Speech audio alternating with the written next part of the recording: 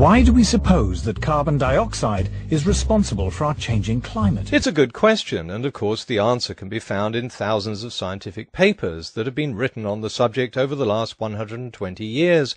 But for some reason Durkin didn't answer his own question. He simply appealed to our gut instinct by giving us his feeling, and Tim Ball's feeling, that if something's tiny, it would surely have a tiny effect.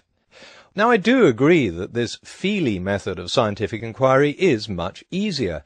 It doesn't require any research or any difficult calculations or any knowledge of physics or expensive lab equipment. You don't need to spend years studying or reading the scientific literature or trying to understand those fancy graphs that only elitist scientists seem to understand.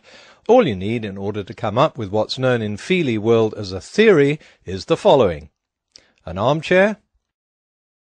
Once you're sitting comfortably in the armchair, just wait till a thought bubble appears, and you've instantly got a theory. See, none of that messy experimenting or years of data collecting or complicated calculating is even necessary. Now you can make your own graph based on what you feel is obvious, completely devoid of figures, like this one from the International Journal of Feelings that compares the amount of stuff with the effect of that stuff. And instantly we see that heaps of stuff leads to a humongous effect, while a tiny amount of stuff leads to a teeny-weeny effect. It's just common sense. But of course for everyone who explains this very obvious feeling that CO2 is so teeny-weeny that it can't have any effect, there's some know-it-all who's going to contradict him. In this case, it's Mr. Monkton. Carbon dioxide is a plant food. It's necessary. Plant food. Yeah. Without